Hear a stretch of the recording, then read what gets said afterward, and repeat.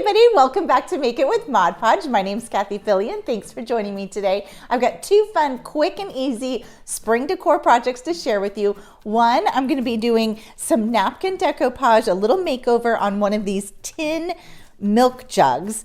Now this is a really quick and easy technique. You can see that I did a two-tone effect, so I'm going to show you how to paint it first.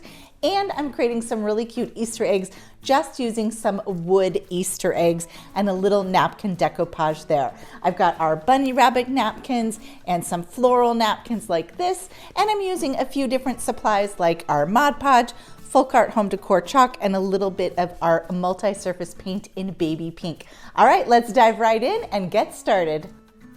I'm making over a milk jug and some wood eggs. First, I'm going to paint the milk jug with some Folk Art Home Decor chalk. This will just work as a primer, plus it'll give a nice base so that the colors of my napkins will pop through. You're just going to peel apart the back layers of the napkin. Remember, we're only working with that top printed ply. Then we're going to use a little bit of water, just paint that along the edge of the design, and that's going to create a feathered edge, which will blend easier than a cut edge. We're going to use Mod Podge satin to attach our napkin. I like this formula because it's not too shiny and it's not too matte. So apply a nice thin coat. You do not need very much. Then you're just going to place your napkin motif right onto the Mod Podge, and you'll have a little time to reposition it. And once you have it where you want it, go ahead and smooth with your fingers. You could use a little cling wrap over it if you wanted to, and then rub it just to remove some of those wrinkles. But this is pretty good for me. I'm just using my finger to smooth out any of the wrinkles and air bubbles. You want to use light pressure here because the napkins are very thin.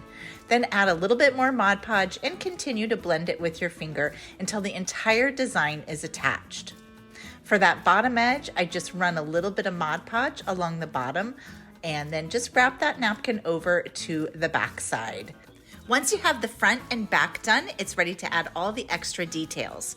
I'm going to be painting some polka dots. I'm using Folk Art multi-surface paint in baby pink and just some cotton swabs to add some random polka dots to that white area. And once that's dry, you can add trims, ribbons, whatever you want. I'm hot gluing some trim along that upper edge. I love this because it gives it a little bit of a vintage look. I love that sort of polka dotted edge, but you can use any kind of trim here that you want. I'm also adding a bow to the top. Again, you could add more trim here. You don't have to do a bow, you do you. And then for this, I'm using some silk greenery, but you could of course add a jar of water in there and add some fresh flowers if you wanted to. What a cute, cute centerpiece for all of your spring festivities. Now let's make some eggs. I'm using that same Folk Art Home Decor chalk to paint the wood eggs. This works on plastic and foam eggs too. I'm using a floral napkin, and I went ahead and used that water technique to cut out the motifs. Then I'm just adding the Mod Podge and adding those little floral pieces to my wood eggs. Look how cute and fast you can create these designs. So cute to fill in an Easter basket or decorate on a table.